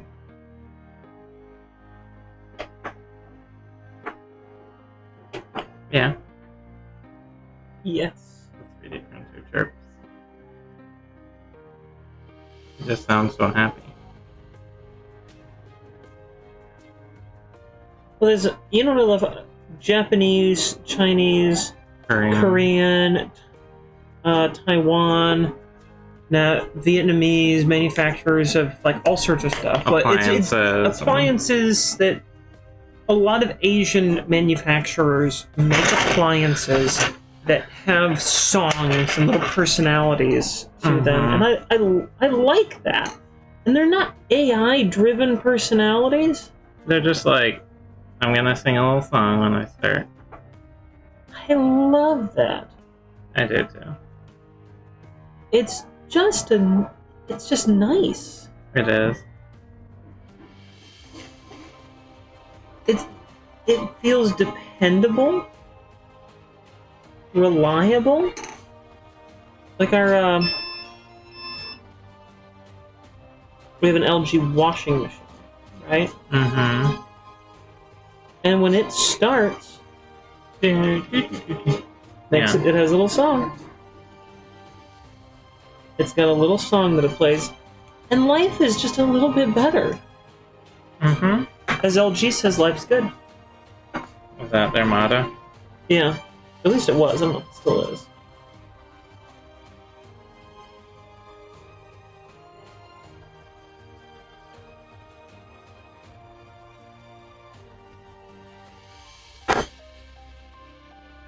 And I think that is accurate. When we have a little song playing. When life comes with machines, with little songs, things are better. Alright, well, I think I am at a stopping point. I have a lot of the base coat done on this Necromancer set here. It's going to have sort of a dark black floor and a blood red wall later on. And for now, I think it'll be good to let this dry. I have all of these big wall segments pretty much done and ready if they meet your approval, Lexi. Yeah, they do. I've been keeping an eye on them. And they look great.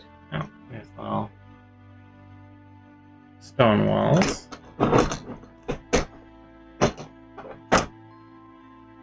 They're going to be a little sticky for a while because the wash takes a while to dry. But, that being said, thank you for watching, everyone. Sorry if there's been some connection issues for watching live. We'll have this all up on YouTube later, though. If there was. Because we don't know if there was, actually. Yeah, it seemed like there might have been, though. Based on a few factors. But thank you, everyone, for showing up and watching. Next Friday, we'll probably be finishing, like, this vampire. This Friday, not next Friday. It's the Friday that's coming up next. Yes. Since that's next Friday.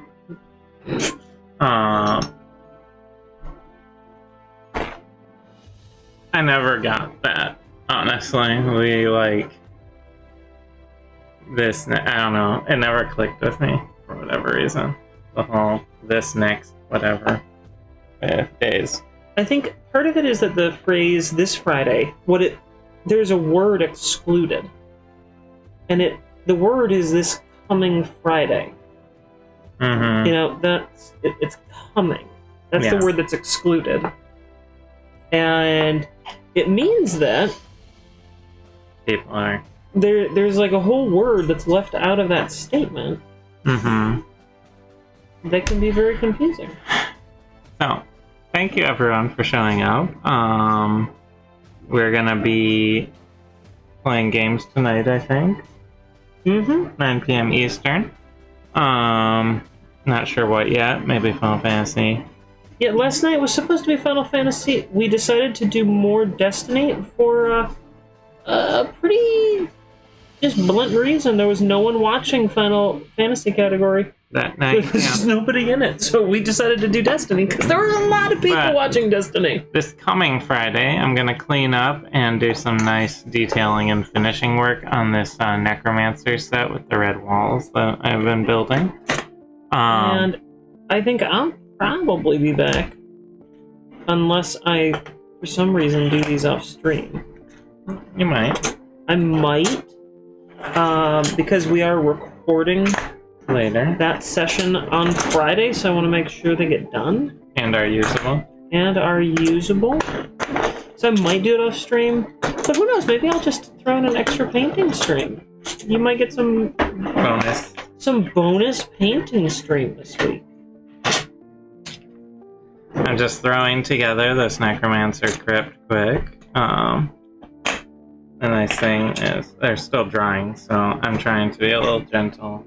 But just so people have a little bit of a larger view of what's happening with it. So here's sort of the Necromancer crypt with some of its basic colors painted in. I'm going with that sort of different color floor and wall. So come back on Friday to 3 p.m. Eastern, see how it is. Yeah, thank you for watching, everyone. Thanks, everyone. Bye. Bye.